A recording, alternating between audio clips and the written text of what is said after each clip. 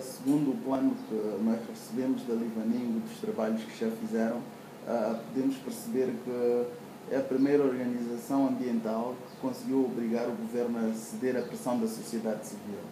Pode explicar um bocadinho isto?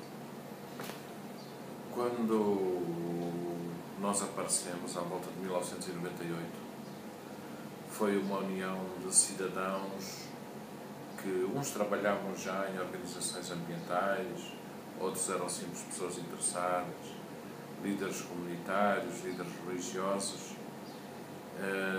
e fomos mais ou menos, assim se pode dizer, catalisados por alguém que veio dos Estados Unidos e da Europa, que reuniu connosco, falou connosco e alertou-nos para um problema que estava para acontecer e que nós não estávamos muito cientes.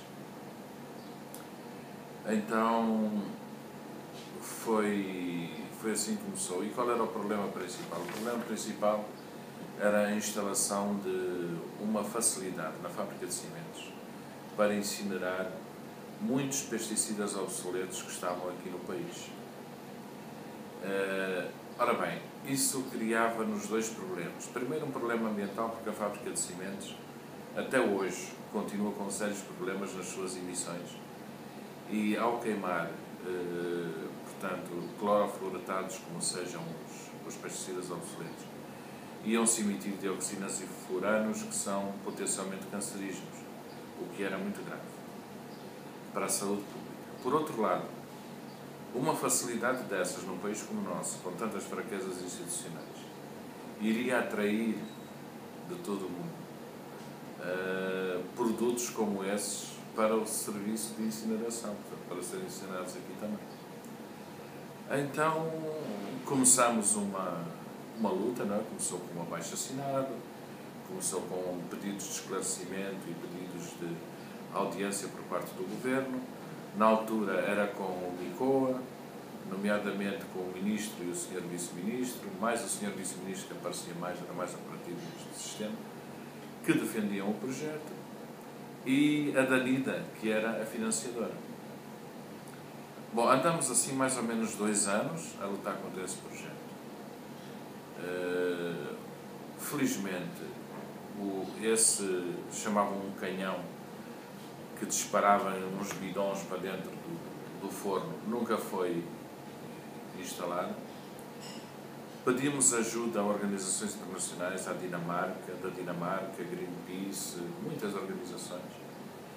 E em determinada altura conseguimos que o projeto fosse parado. Portanto, o projeto não foi à frente.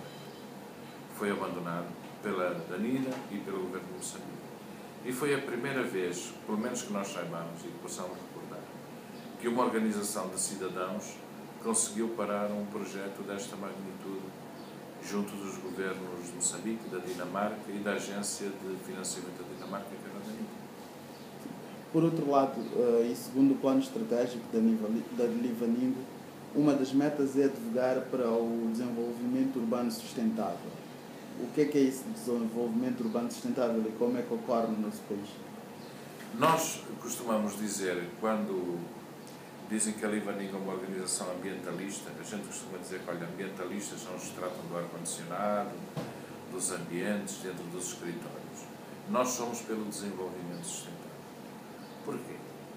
Porque nós não podemos resolver os problemas ambientais, ou ajudar a resolver os problemas ambientais, se não nos dedicarmos também às outras duas pernas do desenvolvimento sustentável, que são as condições económicas e as condições sociais. Portanto, não é possível resolver este cantinho aqui e deixar o resto de fora. Quando a gente fala em desenvolvimento urbano sustentável, a gente vê o assunto da seguinte maneira. Primeiro, tentar resolver os problemas ambientais. Primeira prioridade. Contribuir para a resolução dos problemas ambientais, que a nível do nosso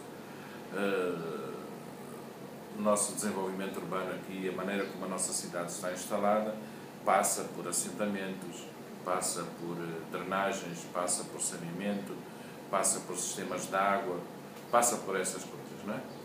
Depois, em termos sociais, temos que trabalhar também no sentido de consciencializar ajudar a educar as pessoas e dar-lhes novos horizontes para a sua vida. Em questões económicas, procuramos desenvolver projetos que possam ajudar as pessoas a serem economicamente mais independentes e a tomarem melhores decisões quanto à sua vida, para evitarmos o desespero da utilização de recursos naturais porque não há outras alternativas.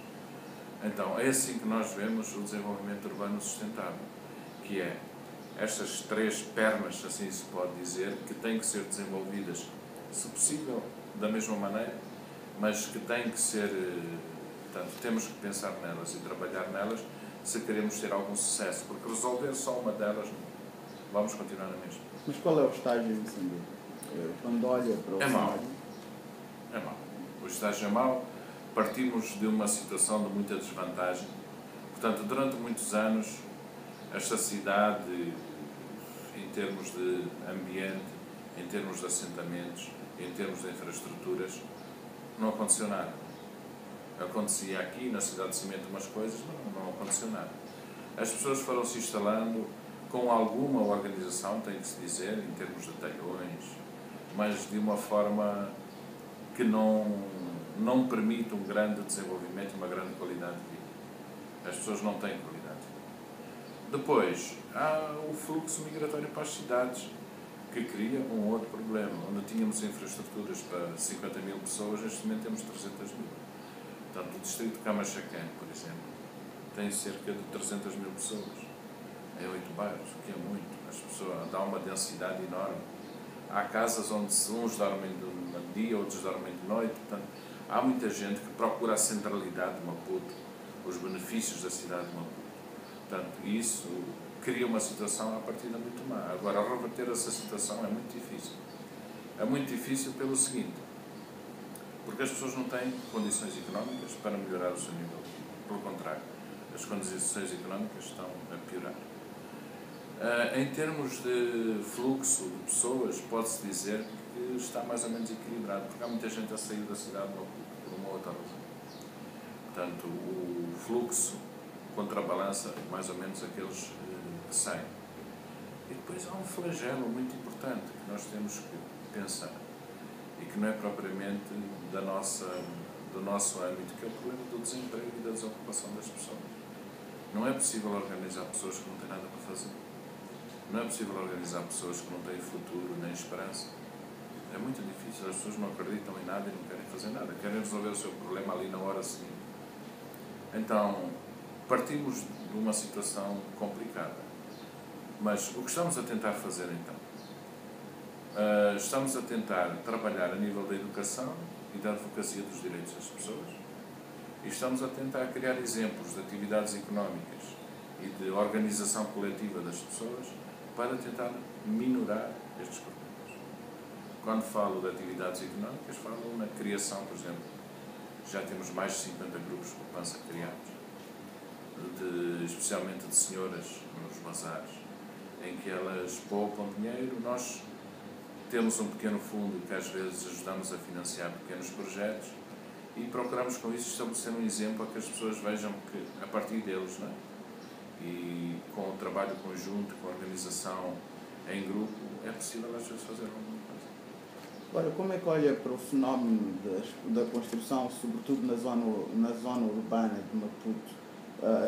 Em lugares onde existiam vendas estão a surgir prédios. Há algum perigo? Olha, aí tem dois problemas. Um é o aspecto, podemos dizer assim, urbanístico, ambiental, ecológico da coisa. Outra coisa é o aspecto sentimental. Porque essas pessoas não gostam da cidade, não gostam de Maputo, não nasceram aqui, sei lá, não têm amor à cidade, não... Quer dizer, nós tínhamos uma cidade que era bonita, era reconhecida como sendo uma das joias da África, e neste momento está completamente descaracterizado. E não faz sentido o que se está a passar aqui. Por isso eu digo, a nível sentimental, acho que quem dirige esta cidade, salvo algumas raras exceções, não tem amor a ela. Depois, em termos urbanísticos e da organização do solo e do território, quer dizer, assistimos é um autêntico, sei lá, podia dizer um autêntico faroeste. Constrói quem consegue. Não constrói quem deve, nem faz quem deve. Constrói quem consegue construir. Há ali um buraco, eu penso que vou construir um prédio de 15 andares, se mexer os cordelinhos e conseguir, eu mesmo ponho lá um prédio de 15 andares. Não importa falar de cércias, não importa falar de unidade arquitetónica, não importa falar de espaço, volumetria, dessas coisas todas. Isso tudo está esquecido. O que interessa é fazer. E, sabe, a construção geralmente é um setor da economia que é muito atrativo, porque o retorno é imediato, quase. Portanto, você constrói, 3 anos depois vendeu, o dinheiro está feito. Portanto, é rápido, é imediato, vale a pena. É por isso que muita gente envereda por aí. E depois também é o ideal para lavar dinheiro, para fazer grandes investimentos, que depois se perde a traça. Por exemplo, repara uma coisa, desde o início da independência, não foi construído nenhum jardim nesta cidade. Conhece algum? Construído depois de 1975? Não há. Quantos desenvolvimentos, quantas urbanizações, quantos condomínios, quantos prédios já foram construídos? Quer dizer, os cidadãos não têm direito a uma zona verde? Não têm direito a uma zona de descompressão onde se alivia o tráfego? Porque se você puser um jardim, não põe casas. Se não põe casas, não vai ter tráfego. Não vai ter uma data de condições que são necessárias para ter pessoas. Portanto, não se faz nada disso. Pelo contrário. Pega-se numa mancha verde que havia em frente ao mar, que é onde está o Repinga, que era antigamente onde havia um jardim, que tinha um lago para barcos, andavam lá patos e tudo isso. E põe-se prédios. Agora vai haver mais um de 7 andares. E repara agora uma coisa engraçada. Você vai ter, ali tem o edifício do Conselho de Ministros, tem o Ministério dos Negócios Estrangeiros, tem aquele prédio do Ministério do Turismo e Ministério do Desporto, acho eu. É? E agora vai ter um prédio de 7 andares. Esses 2 edifícios têm 2 ou 3 andares. E agora vai ter uma coisa de 7 andares ali em cima e depois tem o Zambi ali embaixo. Quer dizer, não há unidade, não há... Depois, uma zona dessas é uma zona que era de descompressão para os cidadãos. Onde ainda hoje tem lá qualquer coisinha, ainda repito, os cidadãos vão lá correr. E tem aquela frente de água, de mar, onde os cidadãos à noite vão apanhar fresco, vão conversar, vão passear. Mas isso é preciso numa cidade. Uma cidade não é só prédios e casas. É preciso que os cidadãos tenham um espaço para usufruir da sua cidade. E não têm. Então, isso para mim é um problema muito sério. Veja também o problema da marginal. Da construção nas barreiras. Portanto, toda essa zona era uma zona de lazer. Era uma zona que os cidadãos usavam nos seus tempos livres. E agora o que é que aconteceu? Desapareceu. Qualquer dia só nos vai restar uma faixa de 10 metros entre a muralha e o mar. Ora, não pode ser. Não se faz uma cidade assim. Um dos nossos cartões postais, antigamente, era a nossa marginal iluminada, do clube de pesca, portanto, do fim da Facinha, até à Costa do Sol. Neste momento são bairros e bairros e casas e casas e casas. E muitas delas ilegais. Portanto, eu acho que, como eu disse, há 2 questões. Em termos de sentimentais, portanto, está-se a descaracterizar completamente esta cidade. Aqueles lugares onde nós íamos, os jardins onde ficávamos, temos recordações de infância, onde jogávamos futebol, onde íamos ter com os amigos, onde íamos à praia, tudo isso está a desaparecer para dar lugar a betão, sem ordem, nem...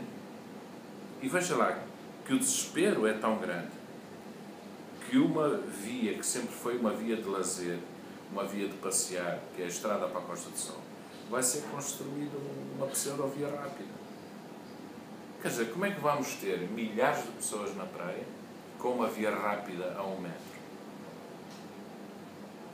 Portanto, mas isso já é o desespero de quem já não tem mais nada, não pode fazer mais nada.